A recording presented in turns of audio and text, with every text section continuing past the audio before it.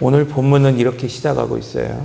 사마리아와 갈릴리 사이 그 길을 예수님께서 걸어가고 있으셨다라고 말하고 있습니다. 다시 말하면 지금 어느 편에 어느 소속에도 소속하지 않은 유대라고 하는 혹은 사마리아라고 하는 그 어느 곳에서 소속되지 않은 그 경계선 상에서 지금 나병 환자 10명을 만났다고 이야기하고 있고 바로 그들을 고치신 사건이 오늘 본문의 이야기입니다. 그들은 다 부정한 자로서 마을에 함께 모여 살 수 없는, 가족과 함께 살 수 없고 또 심지어 누군가를 가까이 가서 접촉해서도 안 되는 부정한 사람들이었습니다. 왜냐하면 그들은 전염성을 가지고 있는 병을 가지고 있었기 때문입니다. 그런데 그들은 이 사마리아 사람, 유대 사람들이 지금 함께 할 수 없는 그 경계선상에 있었음에도 불구하고 지금 10명이라고 하는 이 사람들이 유대인과 사마리아인으로 한 공동체를 이루고 있었다는 거예요. 한 무리를 이루고 있었다고 말씀하고 있습니다. 여러분, 평소 같으면 절대로 이 사마리아 사람들과 가까이 할 수 없었던 유대인임에도 불구하고 그들이 이 사마리아 사람들과 한 무리를 만들고 있었던 이유가 무엇이었을까? 그것은 함께 이 지금 부정한, 즉 이 문둥병에 걸린 그런 아픔을 가지고 있는 사람들이었습니다. 이렇게 부정한 사람들이 지금 예수님의 말씀 앞에 지금 당장 고침을 받은 것도 아니에요. 나음을 받은 것도 아닙니다. 단지 예수님께서는 그들을 불쌍히 여기셔서 제사장에게 가서 너희의 몸을 보이라. 이것은 율법에서 문둥병이 고침을 받았을 때 야, 나 고침 받았어. 이러고 그냥 다시 가족으로 돌아가야 되는 것이 아니라 법적으로 의사에게 확증을 받는 것처럼 반드시 제사장에 가서 그 몸을 보이고 문둥병이 나았다고 하는 것을 확인받아야지만이 일상으로 돌아갈 수 있기 때문입니다. 그래서 단순히 예수님께서 그 병을 고치셨다고 해서 그가 가족을 만나고 사람들을 만나고 무리에 들어갈 수 있는 것이 아니라 반드시 제사장을 만나야만이 사랑하는 가족들 이 사람으로 들어갈 수 있기 때문에 예수님께서는 지금 그 말씀을 하고 있는 거예요. 너희는 가서 제사장에게 그 몸을 보이라. 자, 그런데 오늘 본문의 말씀은 여기에서 끝나지 않았어요. 그들이 순종하였고 말씀하였고 그리고 그들이 병고침을 받았다. 오늘 말씀은 여기서 끝나는 것이 아니라 그 중에 단 한 사람이 발걸음을 멈추고 돌이켜 예수님 앞에 감사한 사람이 있었다고 말씀하고 있어요. 그 사람이 누구였습니까? 그 공동체 안에서 이방인이라고 여겨졌던, 사실 이 이방인은 유대 사회의 경계선 밖에 있는 사람이에요. 함께 할 수 없는 사람이에요. 심지어는 우리가 말하는 사람 취급도 받지 못하는 이방인이었습니다. 그 사람이 지금 누구에게 왔다는 거예요? 돌이켜 예수님에게 돌아왔다고 말씀하고 있습니다. 자, 그때 예수님이 질문하십니다. 10명 모두가, 너희 모두가 다 고침을 받았는데 지금 9은 어디 있느냐 말씀하고 있다는 거예요. 여러분, 오늘 우리는 이 말씀에 주목할 필요가 있습니다. 우리가 감사를 언제 잃어버리는가? 여러분, 오늘 우리가 인생을 살아가다가 우리 입술에서, 우리의 삶 가운데에서 감사를 언제 잃어버리는가? 그것은 은혜가 없을 때 잃어버리는 것이 아니라는 거예요. 다시 말하면 오늘 우리가 병고침을 못 받고 혹은 오늘 우리가 우리의 삶의 형편이 어려워져 있고 여전히 개선되지 않는 것들이 있을 때 감사를 잃어버리는 것이 아니라 오늘 보편적인 은혜가 있을 때에 감사를 잃어버린다고 말씀하고 있는 거예요. 10명 모두가 은혜를 받았습니다. 여기 있는 모든 사람들이 하나님의 은혜를 받을 때에 그때 오늘 우리는 감사를 잃어버린다는 것을 오늘 본문을 통해서 말씀하고 있습니다.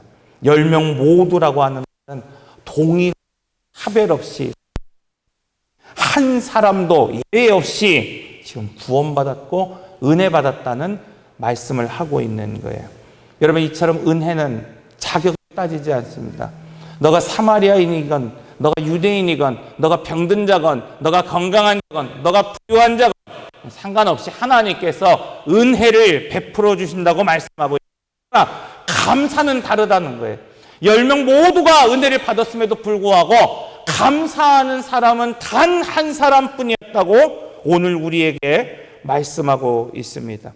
돌이켜보면 우리가 오늘 이렇게 숨쉬고 걸을 수 있는 것, 가족들과 함께 식탁에서 모여서 이렇게 식사할 수 있는 것, 오늘도 얼마나 감사합니까? 여러분, 수박을 사오신 분들도 있고 또 과일을 사오신 분들도 있고 떡을 준비하신 분들도 있고 이른 아침 어떤 분들은 국을 끓인 분도 있고 이른 아침부터 여러분 반찬을 해온 분들도 있어요. 우리는 그분들의 노고와 수고 때문에 이렇게 맛있는 식탁을 먹을 수 있는 것 아닙니까? 그런데 문제는 여기에서 시작된다는 거예요. 우리가 받은 은혜가 모두가 은혜가 될 때, 여러분 오늘 우리가 고침을 받고 모두가 하나님의 은혜를 경험하는 보편적인 은혜가 오늘 우리에게 임할 때 그것은 오늘 우리가 당연히 누려야 되는 것으로 여기며 살아간다는 거예요. 내가 나이가 들었으니까, 내가 어른이니까 난 당연히 먹을 수 있다고 생각하는 겁니다. 어제 저희 어머니 병동 간호사가 전화가 왔어요. 어머님이 많이 안 좋으시긴 한데 영양제를 이렇게 계속 지금 맞고 계시는데 피 검사를 해보니까 전해질 수치가 현저하게 낮아졌다고, 이거 이제 처방을 받아서 치료를 해야 된다고. 그 제가 간호사한테 물었어요. 나름 좋은 영양제를 지금 마치고 있는데 왜 그 수치가 낮아집니까? 먼 곳에 있다 보니까 직접 가서 뵐 일들이 쉽게 없다 보니까 물었어요. 그랬더니 그분이 하시는 말씀이 이 말이에요. 선생님, 아무리 비싼 영양제를 맞아도 환자가 간단한 식사를 하는 것이 중요한데 어머님은 그렇게 하지 못한 지가 벌써 2년이 넘었습니다. 저는 그 전화를 끊고 말씀을 묵상하면서 생각해 봤습니다. 여러분, 오늘 우리가 아침에 눈을 뜨고 우리가 이렇게 함께 모여 예배할 수 있고 또 한 끼 식사를 오늘 우리가 할 수 있는 것, 이것이 얼마나 큰 은혜입니까? 우리는 보편적으로 모든 사람들이 같이 식사할 수 있다고 생각하기 때문에, 오늘 우리는 언제든지 배고프면 먹을 수 있다고 생각하기 때문에, 얼마든지 오늘 우리는 숨 쉴 수 있다고 생각하기 때문에 그것이 은혜인 것을 알지 못할 때가 너무나 많이 있습니다. 그래서 오늘 우리 그것에 대한 감사를 잊어버릴 때가 얼마나 많이 있습니까? 그런데 어떤 사람에게는 그 한 끼의 식사를 하는 것이 은혜라고 여길 때가 있다는 거예요. 그것이 감사라고 여길 때가 있다는 거예요. 오늘 본문을 다시 들여다보십시오. 바로 10명의 나방 환자들이 고침을 받았을 때의 일이었어요. 여러분, 그들 모두가 한 사람도 예외 없이 모두가 고침을 받았고 예수님이 말씀하신 것처럼 은혜를 받았습니다. 바로 그런데 그 시점에 인생의 갈림길이 시작됐다고 말씀하고 있는 거예요. 누구는 고침을 받고 누구는 고침을 못 받고, 여러분 여기서 갈림길이 시작된 것이 아니라 모두가 은혜 받은 그때에 인생의 갈림길이 시작됐다고 말씀하고 있습니다. 이처럼 10명의 사람은 똑같이 은혜를 받았음에도 불구하고 그들의 반응은 하나와 9이라고 하는 숫자로 갈려버렸다고 말하고 있습니다.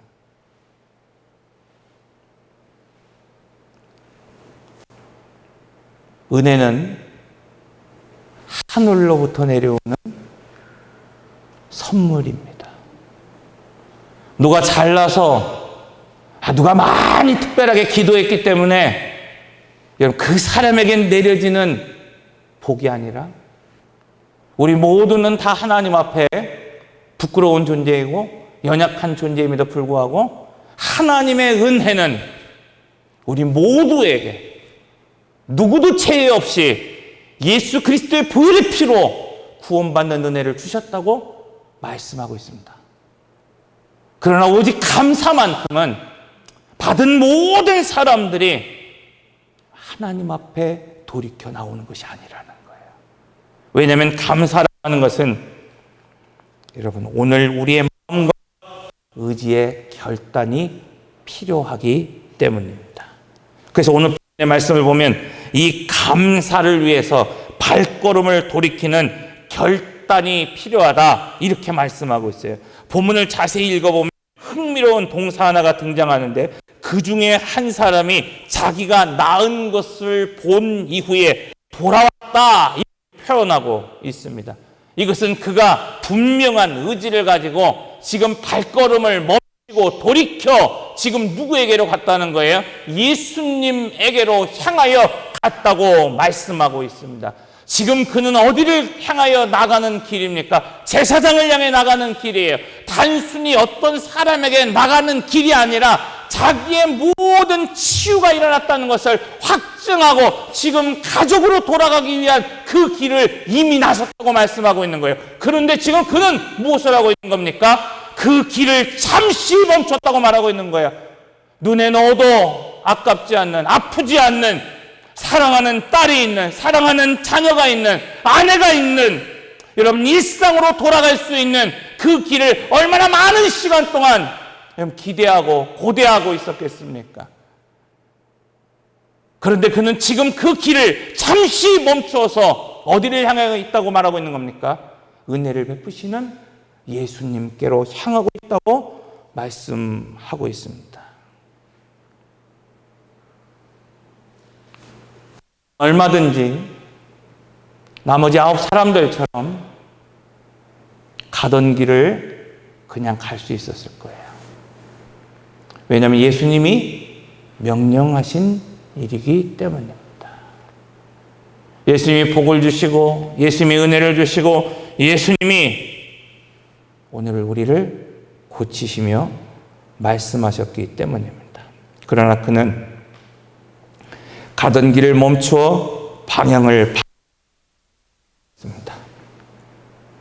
오늘 우리 신앙생활도 이와 다르지 않을 때가 있습니다. 우리는 은혜를 받으면 대개 그 은혜를 손에 쥐고 다시 일상으로 돌아가기에 바쁩니다. 다시 오늘 우리의 계획으로 무엇인가를 만들어 세우기를 바쁘게 살아가고 있습니다. 돌이키십시오.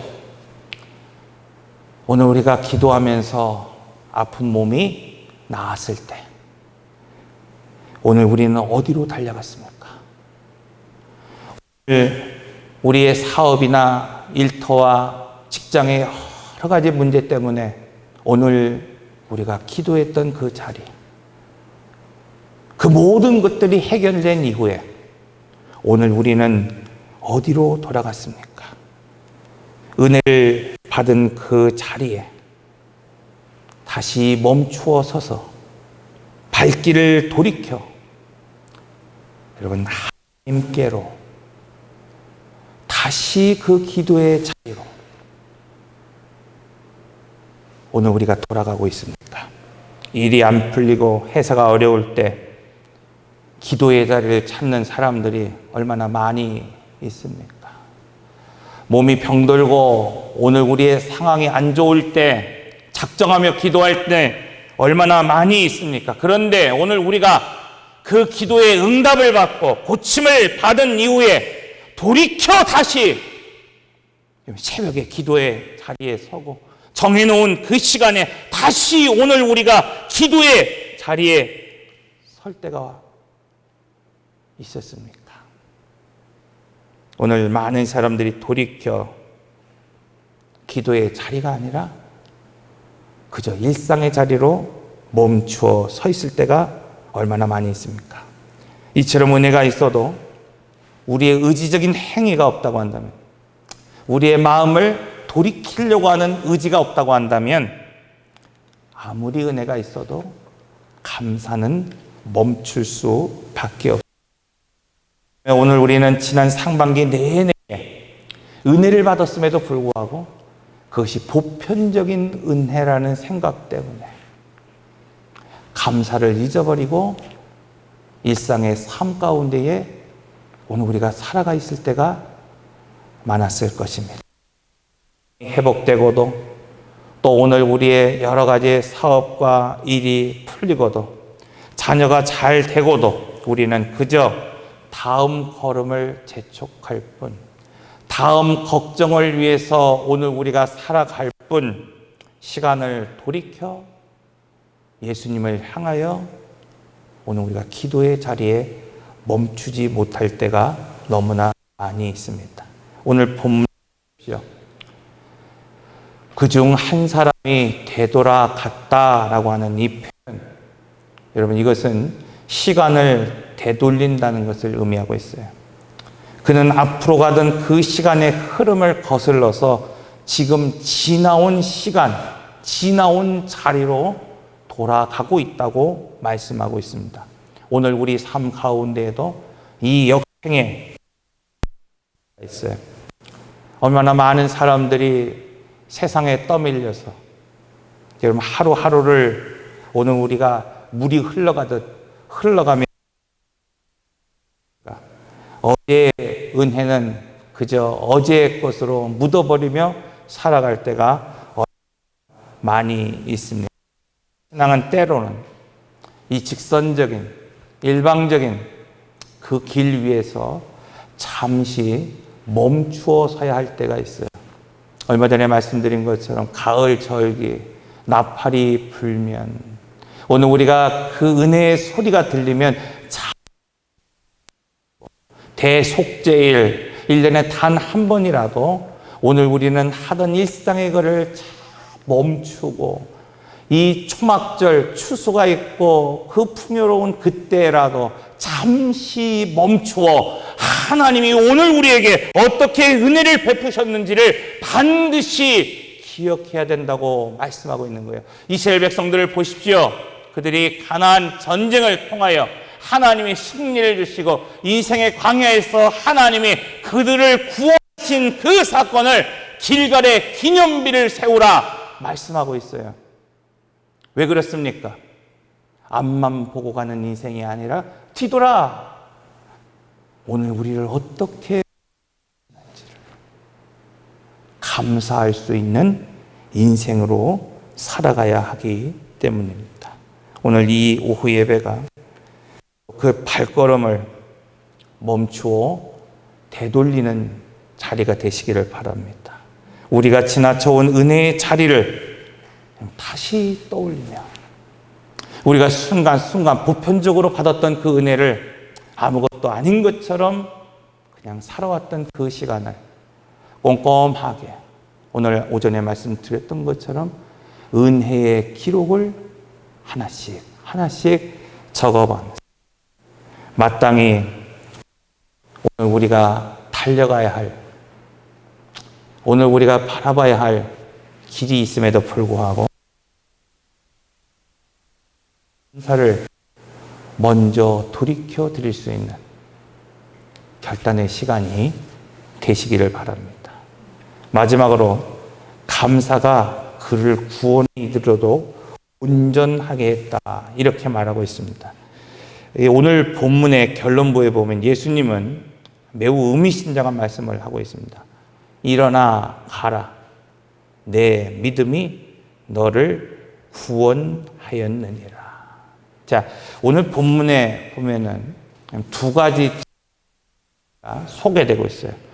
첫 번째는 10명 모두가 그 가던 길에 나음을 받았다고 하는 헬라어로는 카타리조라고 하는 이 단어. 여러분 이것은 정결함을 받았다는 거예요. 우리가 흔히 말하는 육체적인 치료를 받았다라는 의미를 담고 있어요. 그러나 마지막에 오늘 이 한 사람에게 선언하신 그 구원을 받았다고 하는 헬라어로 소저라고 하는 것은 온전해졌다라는 의미가 있다는 거예요. 다시 말하면 10명 모두는 다 하나님의 은혜를 받은 사람들이요, 고침을 받은 사람들이었지만은 단 한 사람만 온전함과 구원에 이르렀다고 말씀하고 있어요. 그 사람이 어떤 사람이었습니까? 유대인이 아니었어요. 종교적인 열심이 있는 사람이 아니었다는 거예요. 그 한 사람은 돌이켜 감사한 사람이라는 사실입니다. 오늘 우리는 기도 중에 하나님이 주시는 은혜 안에 여러분 그 은혜를 누리며 살아가는 사람들이 여러분 모두 있을 줄로 믿습니다. 그러나 정말 중요한 건 육체적으로 오늘 우리가 그냥 고침을 받고 구원받는 것이 아니라 온전한 사람이 되기 위해서 여러분 오늘 우리는 감사하며 살아갈 수 있어야 할 것입니다. 예수님 오늘 우리에게도 묻고 계십니다. 10사람이 다 깨끗함을 받지 아니하였느냐? 여기 있는 모두가 은혜를 받지 아니하였느냐? 그런데 9은 어디 갔냐는 거예요. 오늘 이 예배 시간을 통해서 이제 우리의 발걸음을 멈추고 돌이키는 한 명의 문둥병자처럼 그 단 한 명의 사마리아인처럼 우리도 큰 소리로 이 맥주절을 보내면서 하나님 앞에 지나온 시간 우리에게 베풀어 주신 그 은혜와 사랑에 대해서 감사하며 아뢰 수 있는 여러분 모두가 되시기를 바랍니다. 기도하겠습니다.